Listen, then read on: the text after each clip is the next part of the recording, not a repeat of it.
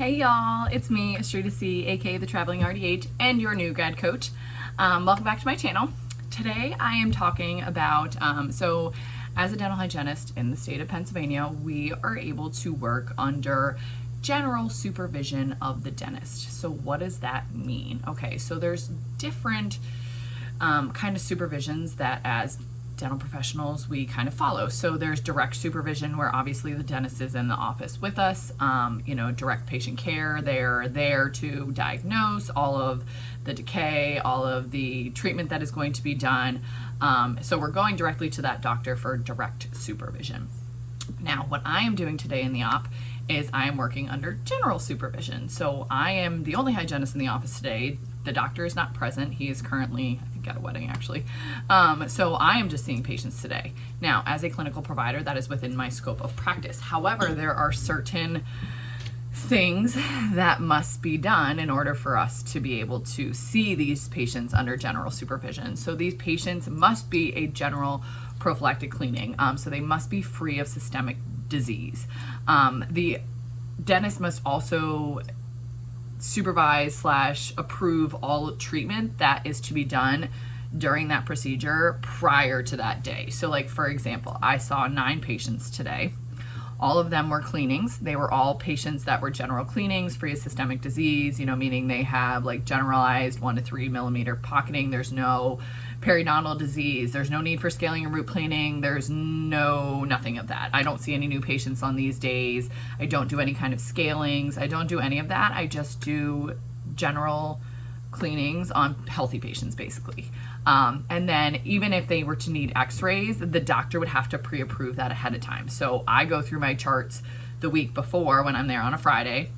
So I know next Friday, next Friday, for example, again, I'm not seeing patients with the doctor. I'm seeing patients without the doctor again. So I'm looking at next week's schedule and going, okay, this patient needs bite wings, this patient needs bite wings, and I'm putting all that treatment into the treatment plan so that the doctor can go through and say, okay, yes, this patient needs X, Y, and Z. You can do that that day. And then I leave sticky notes at the end of the day, and I'm like, patient 1, 2, and 3 had bite wings, please review, and if need be, call that patient on Monday to tell them what work needs done, and then bring them in for a general exam. And these patients are all informed ahead of time that the doctor will not be there, that they will just be getting their cleaning, but they all know that if they want to get an exam with said doctor, that we can certainly schedule that at a different time, just not in that day.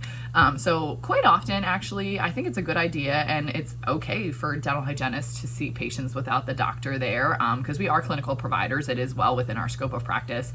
And honestly, I don't really need the dentist here to do my job of doing the cleanings. Yes, they're not getting an exam, but if they're free of systemic disease and they don't really have a whole lot going on, typically there's not a whole lot for the doctor to really look at anyways. I'm obviously still doing my intraoral exams. Any findings that I find, I would obviously note to the doctor, and then, we would revisit that. If it's anything of significance, obviously we're going to want to bring them back to have them have an exam done with the doctor if there was anything of severe concern.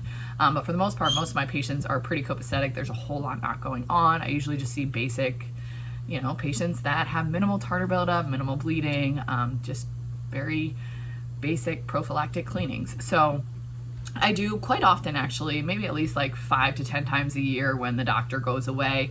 It just gives me the opportunity to still be able to get my hours in, but still provide patient care, because we all know that how hard it is to be able to get patients into the schedule.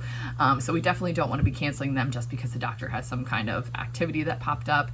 So it is nice that in the state of Pennsylvania, I, as a clinical provider, as a dental hygienist, am able to see patients without the doctor there. Now, I will also know I am not a RDH AP, meaning I don't practice in different clinical settings.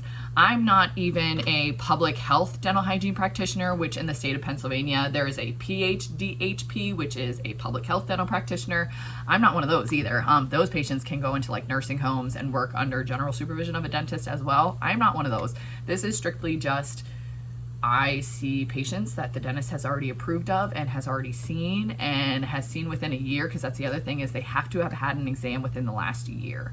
So there are definitely stipulations as to which patients you're able to be seen, but for the majority of your patients, in terms of like your healthy patients, you'll be able to see majority of them in that day. You're just not doing any perio maintenance, you're not doing any scalings, and you're not seeing any new patients.